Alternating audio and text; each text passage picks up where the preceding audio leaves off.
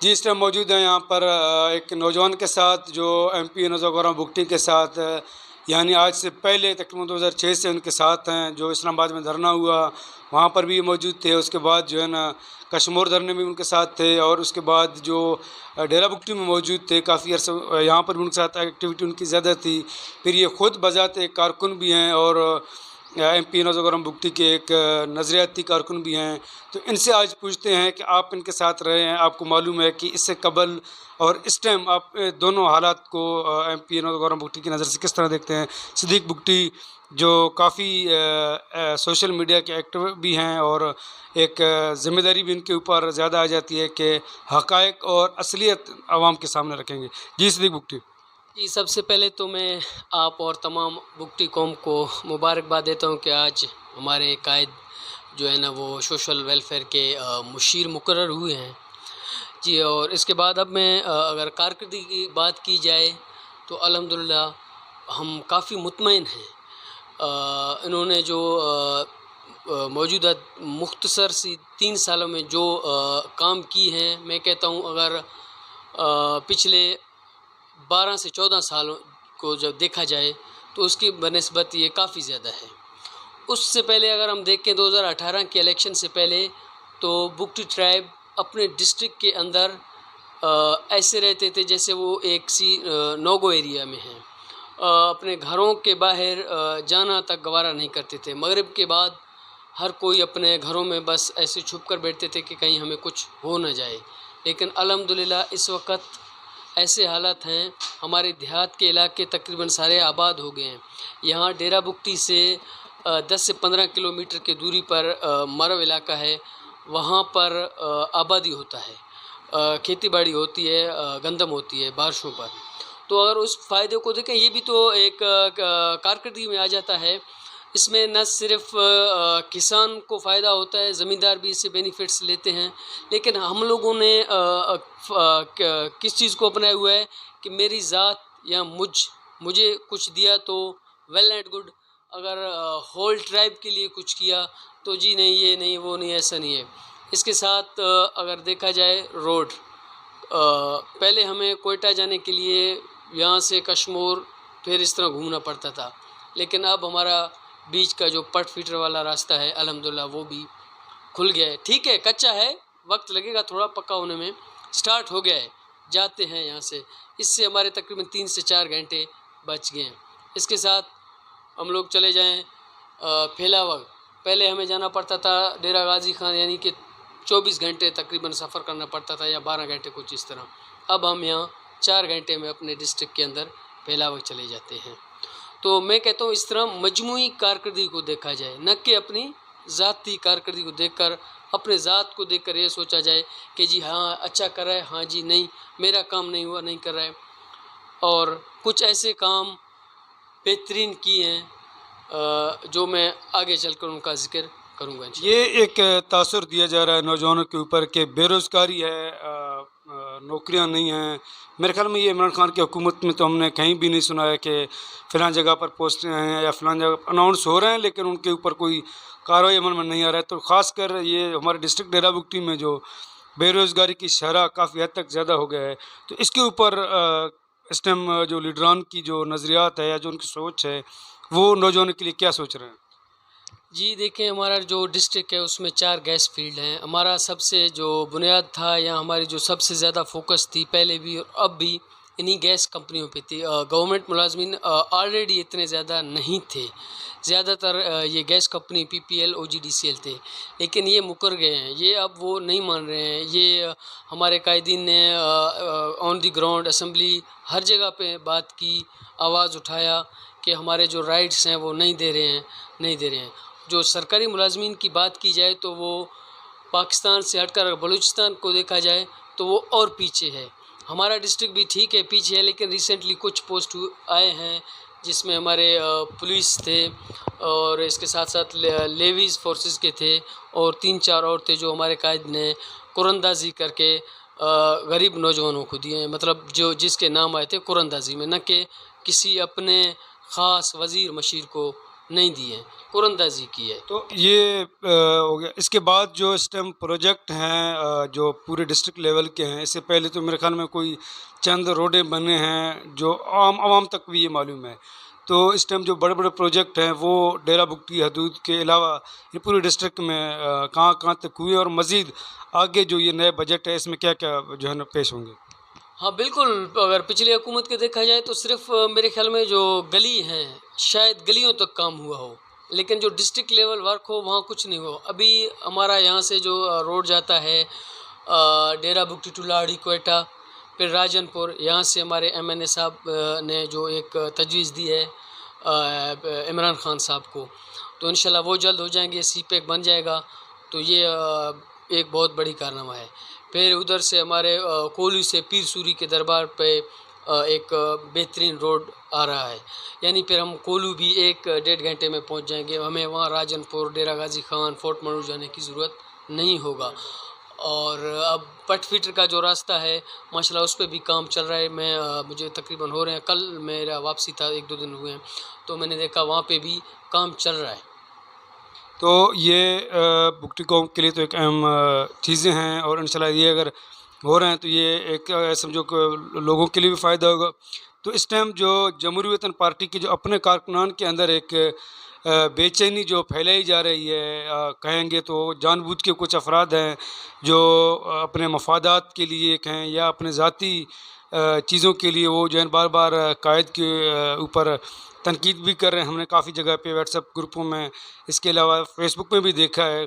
तो वो लोगों के बारे में इस टाइम जो जमहूरी वतन पार्टी के अंदर जो होल्ड है, उनकी सोच और पज़ीराई कहाँ है कि इनको किस तरह हैंडल किया जाए और इस तरह के वावेले जो अफ़वाहें हैं जो आम लोगों तक पहुँचा रहे हैं, उसकी क्या वजह है?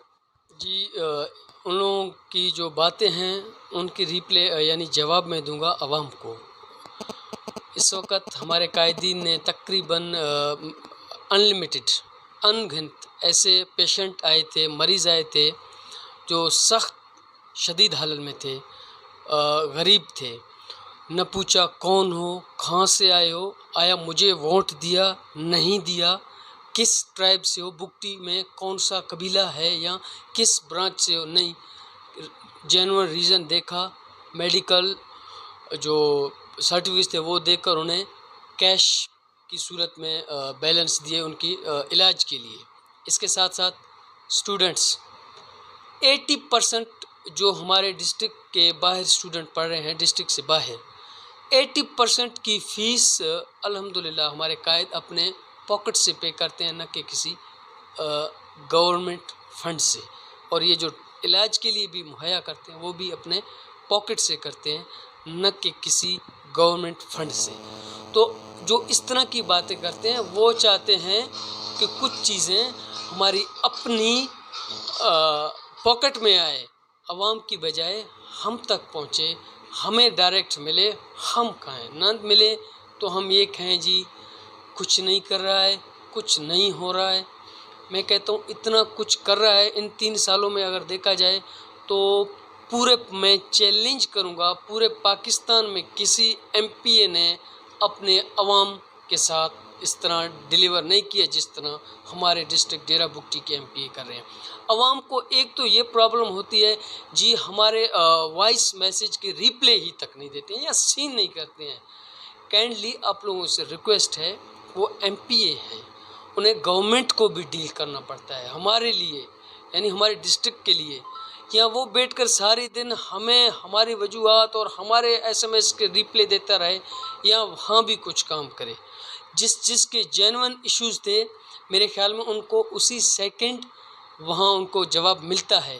काइंडली आप लोग भी इस चीज़ को माइंड ना करें कि हमारे मैसेजेस का रिप्ले नहीं दे रहा है, आया हमारे कॉल्स ब्लॉक पे लगे हुए हैं, हमें पता है कि वो किस सिचुएशन में होते हैं। गवर्नमेंट ऑफिस में डेली जाते हैं, डेली वाइज जब भी कोयटा में होते हैं, सेक्रेटरीट अपने गाड़ियों पे वहाँ जो लोग आते हैं डेरा बुगटी से, किसी के पेंशन इशू, किसी के रिटायरमेंट इश्यूज़, किसी के तबादले का इश्यूज़, वो खुद चल कर जाते हैं, हर मिनिस्टर से मिलते हैं अपने अवाम के खातिर, न कि अपनी खातिर। तो ये एक बेहतरीन अंदाज में आपने कहें कि जो हो रहा है, लोगों को भी सोचना चाहिए कि हम बार बार हर एक चीज़ के ऊपर फ़ोन करें कि हमारे ये इशू है हमारे। तो इस टाइम जो करंट इशू जो सुई में है, वो इशू ज़्यादा सबसे ज़्यादा डिलीवर है कि बिजली का मसला है।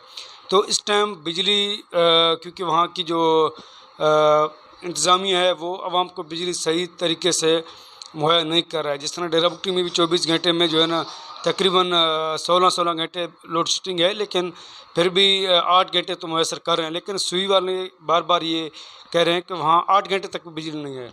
तो इसके इशू के ऊपर क्या हो रहा है इस टाइम? जी देखें, जब मैं कोयटा में था तो मैं खुद साथ था, एमएनए नवाब शाहज़ैन बुगटी साहब के। वो गए हैं, कैस्को चीफ से मिले हैं, उनसे बात हुआ है, उन्होंने यकीन दहानी कराई है कि हम लोड शेडिंग को कम करेंगे। अब उन्होंने कहा जी हमें पूरे पाकिस्तान की तरफ से प्रेशर है, बिल जो है रिकवरी इस तरह नहीं हो रहा है आपके डिस्ट्रिक्ट में। तो हमारे एमएनए और एमपी सब अपनी पॉकेट से वापडा को बिल भी पे करते हैं, हम आवाम की खातिर, ताकि आवाम को बिजली मिले, फ्री बिजली मिले। ये नहीं कि वो वापडा फ्री दे रहा है, नहीं, ये अपने जेब से बिल पे करते हैं। तो उन्होंने कहा, यकीन दहानी कराई है, अब पेपर वर्क है, ऑफिस वर्क है, टाइम लगता है, ज़रूर टाइम लगता है, लेकिन बहुत जल्द इंशाल्लाह ये मसला भी हल हो जाएगा। ये तो आपने सुनी सिद्दीक बुगटी की बातें, उन्होंने काफ़ी अच्छी बातें की हैं। और आवाम को भी ये सोचना चाहिए कि जो काम सरकारी दफ्तरों में इस टाइम हो रहे हैं, किस तरह स्लो से हो रहे हैं और किस तरह आस्ते आस्ते हो रहे हैं, और हुकूमतें भी जो है ना वहाँ पर उनकी भी ज़्यादा इश्यूज़ हैं, दूसरे डेवलपमेंट के काम भी ज़्यादा हैं। तो उम्मीद यही है कि काम जल्द अज होंगे। तो आखिरी मैसेज इस टाइम सिद्दीक बुगटी से पूछते हैं कि वो अपने नज़रियाती कारकुनों को और जेडब्ल्यूपी के खासकर जो ऐसे भी कारकुन हैं जो गुमनाम कारकुन हैं, जो सामने नज़र नहीं आते हैं लेकिन वो बैकडोर काम करते हैं, और जो ओपनली काम करते हैं लेकिन कहते कुछ और हैं और करते कुछ और, उनके लिए आखिरी वाइस यानी अपना पैगाम दें ताकि नौजवान एतमाद में आ जाएं कि नहीं, इस टाइम हम सही क़यादत के साथ हैं और आगे भी यही क़यादत इंशाअल्लाह इनके लिए कामयाबी लाएगी। फैज़ भाई, आपकी इस सवाल से मुझे सन 2013 का वो धरना याद आ गया, जब हमारे कायद एमपीए नहीं थे, जिसको डेरा बुगटी नहीं जाने दिया जा रहा था, वहाँ धरना दे रहे थे, पैदल चले थे प्रेस क्लब इस्लामाबाद से सुप्रीम कोर्ट ऑफ पाकिस्तान, पैदल चले वहाँ एप्लीकेशन जमा करने के लिए। तकरीबन वहाँ 20 से 25 किलोमीटर की सफ़र था आने जाने का, और जो पैरों पे जिस तरह उसके चाले पड़े थे वो मैंने अपने आँखों से देखे हैं। सिबर किया उन्होंने, पूरे 3 माह एक काली रोड पर बैठे बिना छत के, बारिशें होती थी हमारे साथ, हम भी बैठे होते थे, बारिशों पर बैठे रहे, एक नहीं दो नहीं 3 माह पूरे। तो इससे हमें ये सबक मिलता है कि हमें भी सब्र का दामन नहीं छोड़ना चाहिए, सब्र से हौसले रखने चाहिए। वक्त है अभी, अगर हमारे पास 1-2 महीने या 2-3 दिन बिजली नहीं है या गैस नहीं आ रहा है, एक टूटी हुई चीज़ को बनाने में टाइम लगता है। अब हमारा डिस्ट्रिक्ट पहले था, एक टूट चुका था, शहीद नवाब अकबर खान बुगटी के बाद बिल्कुल बिखर चुका था, अब इसको बनाने में काफ़ी टाइम लगेगा। सिर्फ 3 साल, मैं कहता हूँ इन्होंने 3 साल में वो काम किए जो लोग 20-20 साल तक नहीं कर सकते थे। तो मेरा भी उन कारकुनों से जो खामखा अपनी ज़ात की बिना पर लोगों को बहकाते हैं, जी ऐसा है वैसा है, इस तरह नहीं है, सब्र से काम करें। मैंने आपको कहा, मैंने छाले अपने आंखों से देखे हैं जब पैदल चले थे नवाब साहब, अकबर बुगटी के पोते हैं, गाड़ियों की कमी नहीं है, हेलीकॉप्टरों पर सफ़र कर सकते हैं, जहाज़ पे सफ़र कर सकते हैं, लेकिन वो किसके लिए कुर्बानियाँ दे रही हैं? हम आवाम के लिए। 5 साल, पूरे 5 साल एक 4 दीवारी के अंदर कैद किसके लिए गुजारी? हम आवाम के लिए। हम 2 दिन जब कोरोना की सिचुएशन था, 1-2 महीने अपने 4 दीवारों में थे, हम पागल हो रहे थे। हमने कहा आया क्या हो रहा है? 5 साल, ज़रा इस चीज़ को देखें और 5 साल पर नज़र में रखें कि एक नवाब फैमिली से बिलोंग रखता हुआ शख्स कितना सब्र करता है। तो हमें भी सब्र से काम लेना चाहिए, हर चीज़ इंशाल्लाह वक्त पर हो जाएगा। जी, तो नाज़रीन आपने सुनी, और ये अच्छे बातें हैं, और इंशाल्लाह उम्मीद है कि कौम इसके वो समझ भी सकती है और इसके ऊपर जो है ना अमल करने की कोशिश करेगी। तो आज का प्रोग्राम, हमारा वक्त करीब हो गया, इंशाल्लाह नए प्रोग्राम के साथ एक मरतबा फिर आपके साथ हाजिर होंगे। मेज़बान फैज़ बुगटी को इजाज़त दीजिए। अल्लाह हाफ़िज़।